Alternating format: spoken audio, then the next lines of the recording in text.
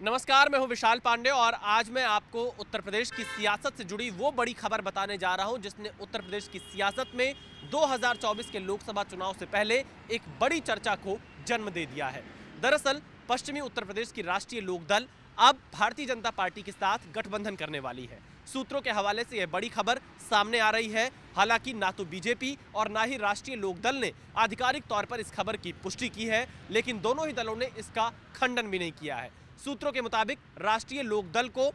पश्चिमी यूपी में बीजेपी 3 लोकसभा सीटें दे सकती है, जिसमें बिजनौर, बागपत और मथुरा की लोकसभा सीटें शामिल हैं। हालांकि यह संख्या 3 से कम भी हो सकती है, क्योंकि दोनों ही पार्टियों के बीच अभी बातचीत जारी है। जयंत चौधरी अखिलेश यादव के साथ उत्तर प्रदेश में गठबंधन का हिस्सा रहे हैं। 2022 का विधानसभा चुनाव राष्ट्रीय लोकदल और समाजवादी पार्टी ने साथ मिलकर लड़ा था, जिसमें आरएलडी ने पश्चिमी उत्तर प्रदेश में ठीक ठाक सीटें जीती थी। हालांकि आरएलडी ने जो 8 विधानसभा सीटें जीती थी, उसमें से 4 विधायक जो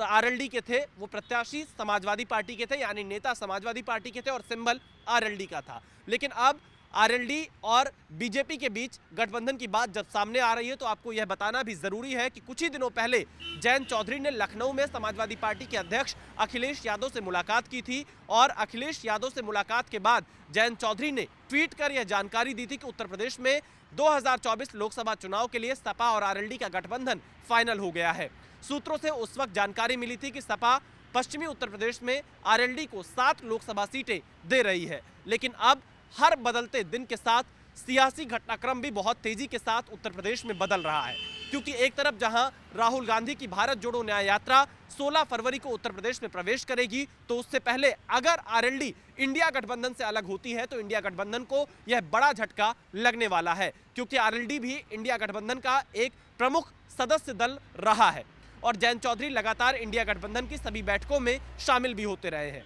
लेकिन मैंने जयंत चौधरी को इस दौरान कई बार फोन करने का प्रयास किया, उनकी प्रतिक्रिया जानना चाहिए। उन्होंने इस खबर पर कोई प्रतिक्रिया नहीं दी, उन्होंने फोन नहीं उठाया। लेकिन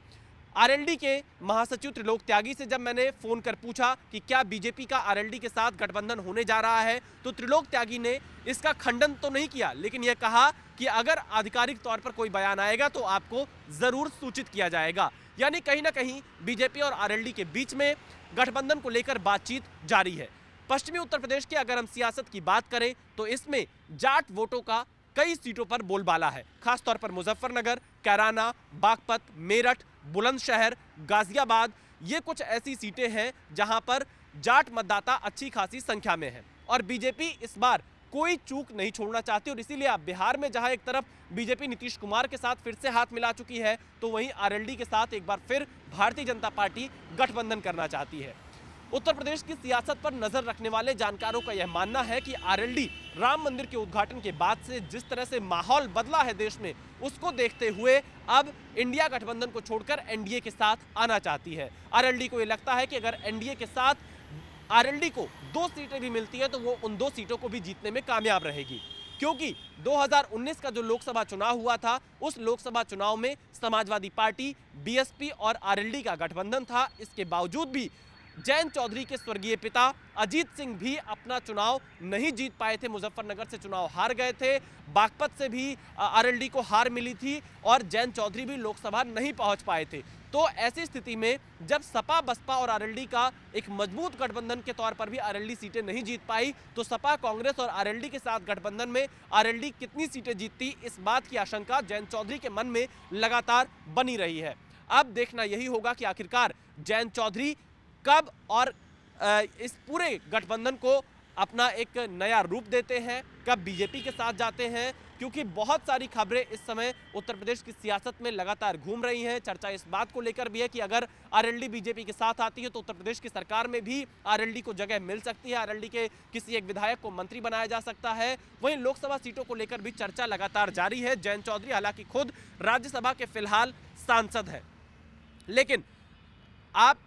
खबर क्या टाइमिंग देखिए कि जब एक खबर सामने आती है आरएलडी का बीजेपी के साथ गठबंधन होने की, उसी समय अखिलेश यादव ने यह ऐलान किया था कि वो राहुल गांधी की भारत जोड़ो न्याय यात्रा में शामिल होंगे अमेठी या रायबरेली में। राहुल और अखिलेश की तस्वीरें आने वाले दिनों में एक साथ उत्तर प्रदेश में दिखाई पड़ सकती हैं, लेकिन शायद जयंत चौधरी इस तस्वीर में दिखाई न दें, क्योंकि उनकी बीजेपी के साथ बातचीत जारी है। हमें यह भी जानकारी मिली है कि केंद्र सरकार के एक केंद्रीय मंत्री जयंत चौधरी के साथ बातचीत कर रहे हैं। इसके अलावा कुछ और जाट नेताओं के साथ बीजेपी में आरएलडी इस वक्त संपर्क में है। आने वाले कुछ दिनों में ही उत्तर प्रदेश में बीजेपी और आरएलडी के बीच गठबंधन की संभावना दिखाई दे रही है। गठबंधन हो सकता है और इस बात के भी आसार जताए जा रहे हैं कि इस गठबंधन के बाद जब ओम प्रकाश राजभर, दारा सिंह चौहान यूपी के मंत्रिमंडल में शामिल होंगे तो जयंत चौधरी की पार्टी से भी किसी एक विधायक को जगह मिल सकती है। कुल मिलाकर यह कहा जा सकता है कि एक बड़े गठबंधन के साथ